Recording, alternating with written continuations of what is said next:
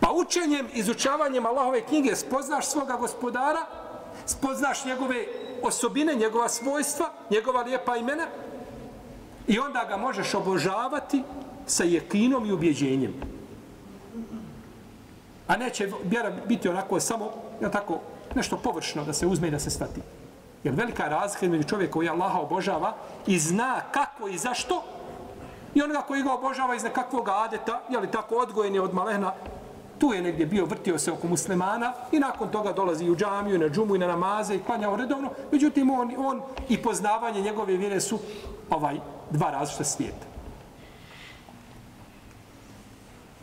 Pa ko spozna svoga gospodara, spoznao je osnovno što treba spoznati na ovoj zemlji, zbog čega je stvoren. Kaže poslanik sallallahu alejhi ve sellem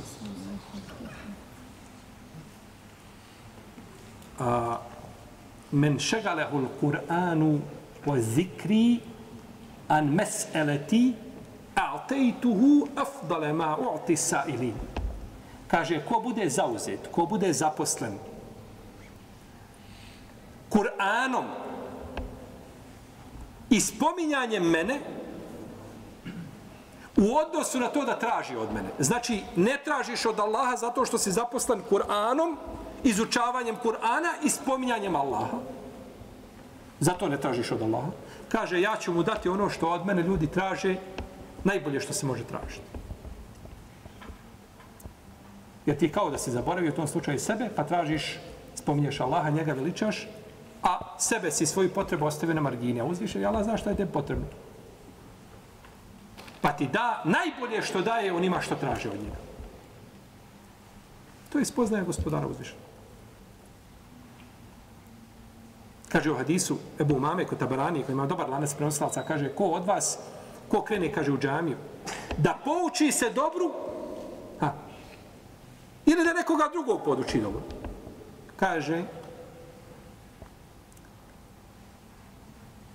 ima nagradu hadžije potpuno. Krenuo su u džamiju, da čuješ nešto od hajra, što će biti u džamiji, i tim nijetom dolaziš u džamiju, imaš nagradu hadžije. I koliko čovjek se uskradi hajra što ne zna samo propise nijete. Što ne zna propis nijete. Da nijeti to kad dolazi u džamiju, da je to radi uzvišenog Allaha da se pouči dobro. I ostavi sebi veliku nagradu.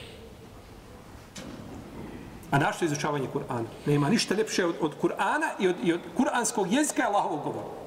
Zato Ibn Tejmije pod kraj svoga života spominje učenik njegovog učenika. Ibn Rajab, al-Hanbali, Ebul Faraj.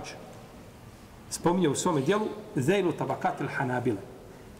Da je Ibn Tejmije rekao u zatvoru, kaže, najžalije mi je vrijeme koje sam izgubio, a kaže, nisam ga proveo u razmišljanju o Allahovoj knjizi o ajetima. Na kraju života, gdje je umro, tu se kaje zato što nije više vremena proveo čime? S Kur'anom. Što više vremena nije proveo s Kur'anom. Ja sam čuo skupinu današnjih učenjaka, velike učenjaka današnjice, da su kazali, žao mi je, kaže, sve što sam radio u životu mimo Kur'ana. Sam znao, kaže, sebi svoje vrijeme posvetio Kur'anu. To je najbolji, najbitniji govor. Najbitnije što čovjek treba spoznati jesu Allahove riječi.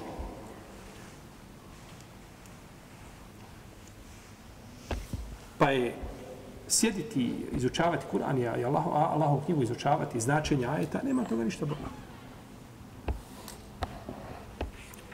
Zato da se možemo vratiti unazad 10 godina, možda bi promijenili ono što smo nekada činili. Ne bismo se bavili fikom, nego je govorio o Kur'anu. Iako smo ova predavanja započeli ovdje Kur'anu. Tefsir je počeo ovo predavanje, prije fika je počeo Kur'an.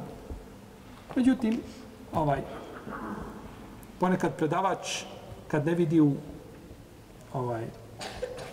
prisutnima volje i morala, onda je prinuđen da promijeni tematiku.